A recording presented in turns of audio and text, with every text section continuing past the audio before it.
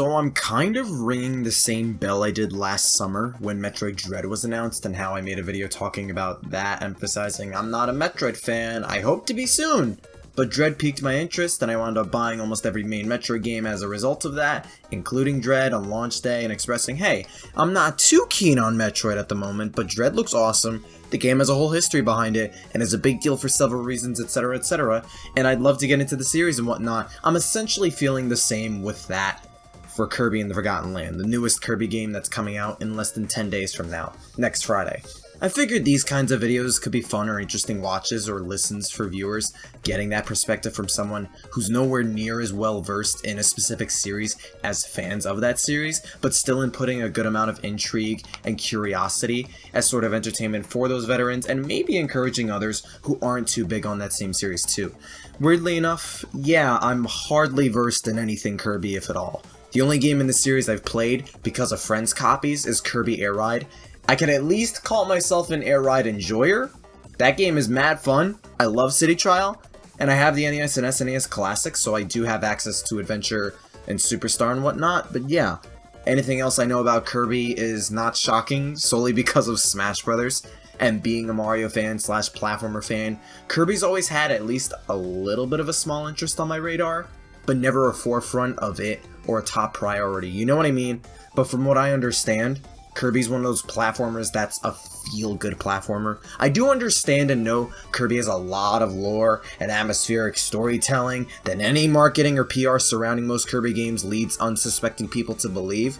But they're very casual friendly, for the most part, they're pretty easy, low in difficulty curve and floor. It's kind of like Yoshi games or Mario games, to where it has this cutesy charm and vibe that's easy to sing to, and you can just coast along, play, not get too stressed or invested, and just have a good time.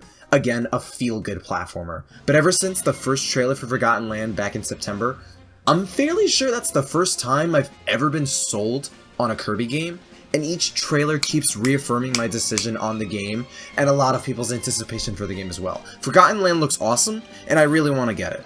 I'm pretty sure the main thing that sold me on it was it's a 3D Kirby game. Like, they put Kirby in this open 3D post-apocalyptic city, and I was all, yeah, I kind of want to play this now.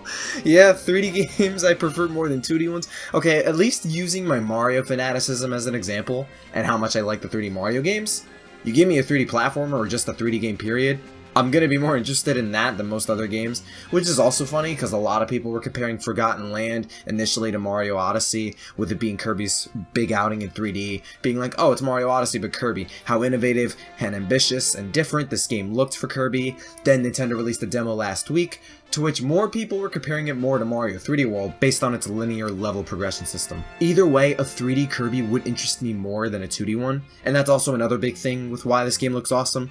I'm sure most, if not every, Kirby game is good, well designed, and fun, but most Kirby fans, from what I understand, felt Kirby needed a little extra nudge in the ambition and innovation side, feeling at the very least Star Allies played it safe, and a 3D game spicing up the franchise more will be more beneficial, which makes sense. Not only do I believe 3D games are inherently more interesting and fun than 2D ones when designed very well, but Kirby's also a series that's strictly done mostly just 2D games. The farthest it ever went was 2.5D, if I'm not mistaken, with Crystal Shards, and at the very least, from the ignorant perspective of an outsider who knows very little about the little pink guy, most Kirby games kinda look the same to me. Obviously, almost all of them have either different mechanics, copy abilities, levels, bosses, etc. and such. But Kirby going on a 2D adventure to save Dreamland from either DDD or the secret boss pulling the strings and DDD, I'm fairly sure is a basic summary of almost every single Kirby game out there. Kinda like how 2D Mario for a while was just another new Super Mario Bros. Game, and is the most by-the-book standard kind of Mario game you could play and make. Or more broadly, most Mario games have Mario go on an adventure to save Peach from Bowser. But with Mario, he at least has different types of platforming adventures and genres altogether that play with that basic synopsis or do different things entirely beyond the new Soup series. I feel like with Kirby, you kinda know what you're getting into with any game in the entire series almost, you know? Again, the ignorant assumption and outsider's perspective, I could be wrong by a very wide margin, but Kirby games don't necessarily look too different from one another from my perspective, unless they try to make it look distinct, like Epic Yarn for example. This one though, is Kirby's first 3D game, And everything they keep showing off about this game looks fantastic, from the first trailer, to the copy abilities and co-op trailer, the mouthful mode trailer, the overview trailer, and they just stealth dropped a demo a week ago. Like, the marketing for this game has been very, very good, and so many people, Kirby and non-Kirby fans alike, are super ecstatic over this game coming very soon. It using that linear style of progression like 3D World, I think will still very likely work, because either way, this is Kirby's first 3D game ever. That's a huge milestone for the series after 30 years, but either that or a more connected format amidst a huge sprawling world, it would have worked either way, given Kirby's good design and all the ideas they have on display here. And even then, a lot of the levels they showed off are still very open and very creative. The post-apocalyptic city, this amusement park in the day and nighttime, this mall in a desolate wasteland of a desert, this spooky bridge, this tropical archipelago. Again, the ignorant outsider perspective assuming, but I feel like most of these themes and settings isn't stuff Kirby usually does. Am I wrong? And all of them look very expansive and vast, with all these paths, nooks, and crannies and whatnot. They all look like they're going to be fun to explore and traverse around in. The new mechanics and copy abilities look awesome too. Mouthful mode looked very fun and cute.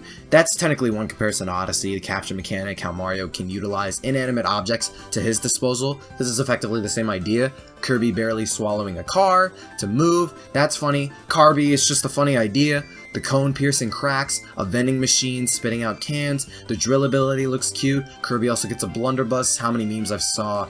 Kirby wielding a gun. Oh, who gave Kirby the gun? The fact you could have all these copy abilities into stronger and more utilizable versions as well. The various bosses they showed off thus far, the big gorilla, this tropical version of Wispy Woods, I think they're calling it Tropical Woods. This kind of dirtied up version of DDD 2. A Coliseum where you could do a boss rush mode, that's another mechanic thing they're putting in this game that's also very cool. Main goal in this game is to save Waddle Dees throughout these giant open levels, and the more you save, Waddle Dee Town can grow, and you get more resources and stuff at your disposal. You could do mini games in the town too. The overall world itself is apparently completely new, not Dreamland. Kirby just gets sucked into at the beginning of the game. It's nothing but a lot of interesting and creative stuff on display every single time they show off this game. And I am 100% bored with basically everything. And it is a lot of stuff, like a lot of interesting themes and levels, a ton of interesting copy abilities and ideas with how you can evolve them, plenty of mouthful mode ideas and applications. It's just so much creativity on display, and all within a 3D Kirby game that I'm keeping an eye out for. I find it funny how they stealth dropped this too, a demo for the game. Like last week, they stealth dropped the demo out of nowhere and then released an overview of the game, showing off even more, and I'm just sitting here like, you convinced me the first time. God damn, slow down. I was gonna get the game either way. Sheesh. Even amongst Kirby fans, they'll say how creative and fun this game looks, and from someone who knows almost nothing about the series, it definitely looks and feels creative. A lot of the abilities and mechanics on display look very cool, innovative, and charming. All the levels and worlds we've seen look very interesting, very well designed. The game visually looks incredible too, and it's all taking place in Kirby's first ever 3D game. And I am very happy for fans of the series. This is the first 3D game for one of their favorite series, and this game's also doing a great job convincing newcomers like me and many others to try and pick this one up, make this one their first Kirby game. That's always an exciting feeling. Hopefully Forgotten Land becomes a roadmap for the series moving forward and we get more 3D Kirby games, some more open and vaster even down the line from here on out. It only comes out in about a week too. That's no time at all. Oh boy. I probably would get this on launch day if it wasn't for tax season being around the corner / ending around the corner. Finances do got me, and I'm sure others in a pickle right now. But let it be known, this is the first time I'm genuinely interested, excited even, in a Kirby game. And I'd love to get into the series, even if this would ever end up being that first venture for me into that isn't Air Ride. Do any of you guys feel similarly? Are you not a Kirby fan but are even mildly interested in Forgotten Land like I am and want to pick up this game? Are you an avid fan of the little guy and are excited seeing more people lock more eyes on this game and lock their wallets on this game, on this new ambitious 3D Kirby game with a lot of cool ideas, cool designs and stuff on display? Maybe this was an entertaining watch for the average Kirby fan. Maybe I've convinced those on the fence about to get this game. Let me know down below. Thank you very much for watching, and maybe, just maybe stick around for maybe more Kirby content, maybe more Kirby stuff on this channel, maybe. Maybe, I don't know. Stay super. 哟，嘿，妹妹，嘿，我来呀！共人大哈哈呀！拉面，嘿，来面，白根面，共舞再见呀！哈哈，拉面，酱手面，谢谢。